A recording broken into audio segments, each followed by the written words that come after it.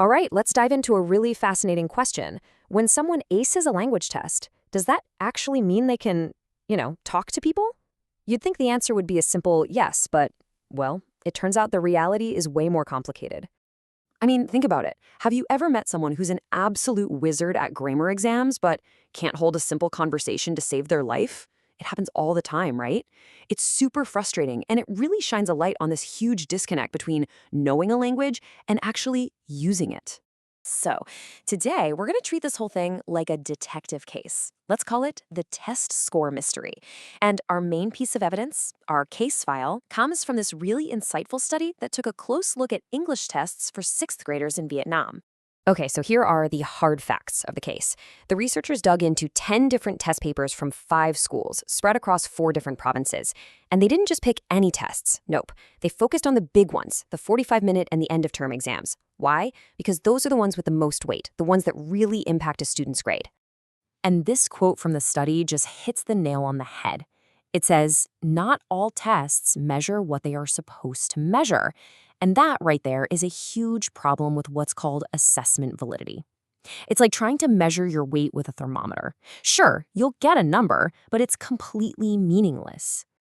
Okay, so before we can really crack this case wide open, we need to equip ourselves with the right tools. We've got to be clear on what we're even looking for. Like, what does real fluency even mean? So what does it actually mean to be fluent? It's a great question, isn't it? Because it's not just about memorizing a dictionary. Real fluency, true fluency, is all about being able to actually use the language out there, in the real world. So let's get a proper definition on the table. The key idea we need to understand is something called communicative competence. It sounds a bit academic, I know, but all it really means is the ability to not just know a language, but to use it effectively to get your point across in all kinds of situations. It's the difference between knowing the recipe and actually being able to cook the meal. And this is where it gets super interesting. Communicative competence isn't just one single thing. It's actually built on 4 pillars. First, you need grammatical competence. You gotta know the rules, the vocab. But that's just the start. You also need sociolinguistic competence, which is basically knowing how to talk to different people in different situations without being rude. Then there's discourse competence, which is about connecting your ideas so you're not just spouting random sentences. And finally, and this one's so important, you need strategic competence. That's the skill of keeping a conversation going, even when you forget a word or don't understand something. You need all 4 to be truly fluent. So, with those 4 pillars in mind, we can now create our official investigator's checklist. This is what we'll use to see if a test is any good. A fair test needs 5 things. It's got to be meaningful to the student. The situations have to feel authentic, like real life. The conversation should be a little unpredictable. It has to let students be creative with their answers. And finally, it should mix skills together, listening, speaking, the whole shebang. This is our gold standard. All right. Investigators' checklist in hand, we are ready to go. Let's dive into the evidence and see what the researchers found when they put those Vietnamese tests under the microscope. So, what did they find? Well, some pretty clear patterns emerged right away.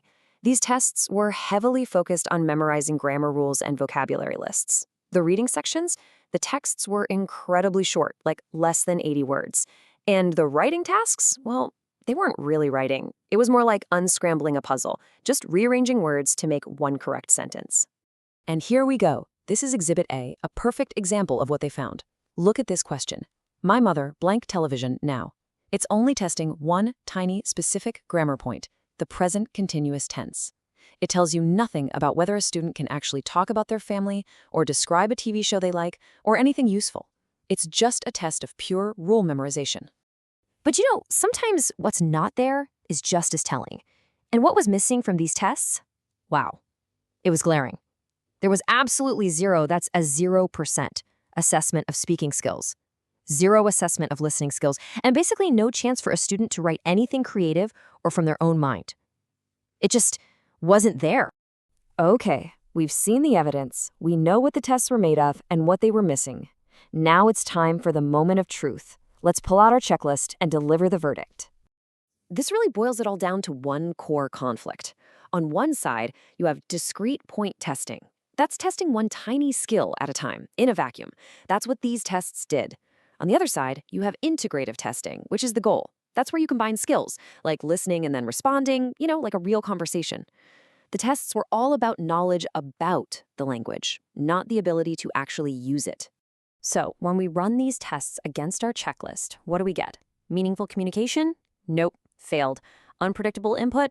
Failed. Creative output? Failed. Integrated skills? A big, fat fail. The verdict is just crystal clear. A high score on these tests proves one thing, that a student is good at memorizing grammar rules. It tells you next to nothing about whether they can actually communicate.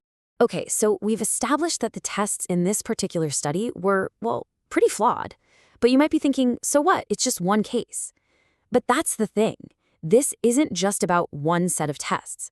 Let's zoom out and look at why this gap really, really matters. Check out this number, 30 plus years. That's how long the whole idea of communicative language teaching, teaching for actual real-world communication, has been the gold standard for over 3 decades. And yet, as this study makes painfully clear, the tests we use in so many places, they just haven't caught up. It's like we're using technology from the 80s. And this disconnect creates this massive negative ripple effect. First, you get this huge mismatch. Teachers are told, hey, teach communication, but the tests are all about grammar rules. So what do? They have to teach to the test. This is a powerful concept called the washback effect. The test literally washes back and dictates what happens in the classroom. And in the end, these tests become a broken gateway. They fail to actually measure the skills people need for jobs, for higher education, for everything. So, the big question is, how do we fix this broken system? Well, the good news is the research gives us a pretty clear roadmap. First, we need to design tasks that force students to use multiple skills at once. Second, and this is a big one, we have to start testing speaking and listening. Third, we need to properly train our teachers in these new ways of assessing. And finally, at the very top, the policies themselves have to change to make sure tests actually reflect what people need in the real world. So, as we close the file in this case, I want to leave you with a question to chew on. Thinking about your own life, maybe a language you learned or a test you took, what does a good language test look like to you? What kind of challenges or tasks would really prove that someone can communicate, not just fill in bubbles? It's a really important question if we're ever going to build a system that's fairer and, frankly, more useful for everyone.